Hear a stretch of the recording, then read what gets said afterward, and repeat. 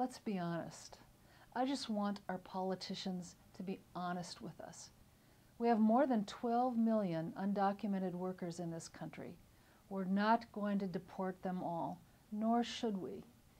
Many of them were brought to this country by employers who were trying to avoid paying good wages and good benefits.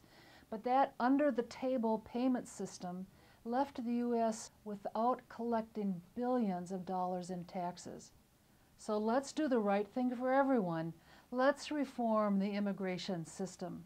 A good friend of mine looked at me one day and said, "I've been thinking about my daughters. They're adopted from outside of the United States." He said, "My daughters look different from most of the people in my town. Are they going to be stopped and picked up just because they look different?" I responded, "I hope not." Then I thought to myself, who are we going to be as a country? And who does God call us to be? Not a place where one lives in constant suspicion and another in constant fear. For His daughters and for all the children, I want to make a difference. That's what being a loving neighbor means, after all. Remember that guy from Samaria? Jesus called him the Good Samaritan. He didn't abandon his neighbors. He didn't cross over. He didn't turn around. He helped the guy from across the border. We must too. Let's reform the system. We can do it, but we need every voice. I'm making it my New Year's resolution to call one or more members of Congress every week for the next year until reform is in place. Will you join me?